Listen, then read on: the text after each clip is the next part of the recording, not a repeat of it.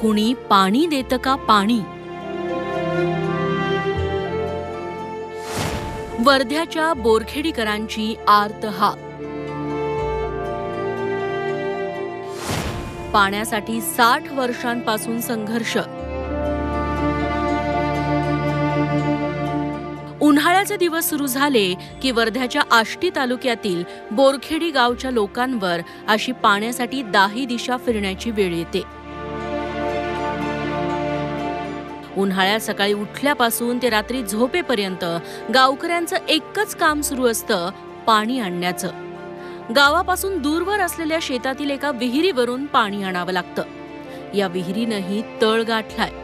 माणसांसोबतच जनावरांच्याही पाण्याचा प्रश्न गंभीर आहे. पाण्यासाठीचा गावकऱ्यांचा हा संघर्ष आजचा नाहीये, तर तब्बल 60 वर्षांपासून बोरखेडीकर हा त्रास सोसताय. पाण्यासाठी खूप त्रास. सकाळी पहाटे उठून 5 वाजता उठून पाण्यासाठी भटका लागते आम्हाला. आणि शेतातून आल्यावर ऊन म्हणते मी, उन्हामध्ये पण आम्हाला पाणी आणण्यासाठी निघा लागते गुंड घेऊन. आम्हाला दिवसभर पाणी भरावं लागते. वावराचे शेताचे कामं सोडून आमच्या इकडे म्हशी आहे, गाई आहे, त्याला प्यायसाठी पाणी नाही आहे. दिवसभर असं पाण्यासाठी आम्हाला इथं जास्त यावं लागते.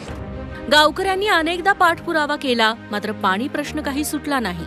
पाणी टंचाईमुळे आतापर्यंत अनेक कुटुंबांनी गाव सोडले. बोरखेडीच नाही तर आजूबाजूच्या जवळपास 8 ते 10 गावांची हीच अवस्था आहे.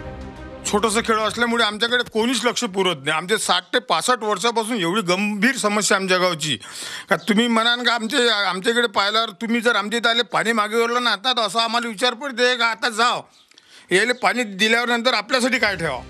वर्धा जिल्ह्यात पाणी टंचाई निर्माण होऊ नये म्हणून दरवर्षी नियोजनावर कोट्यवधी रुपये खर्च केले जातात. तरीही पाणी टंचाईचा हा प्रश्न जैसे थेच आहे. पाणी योजनांवर खर्च होणारा कोट्यवधींचा पैसा कुठे मुरतो याचा शोध घेणंही आता गरजेचं आहे. मिलिंद आंडेसह ब्युरो रिपोर्ट, झी 24 तास, वर्धा.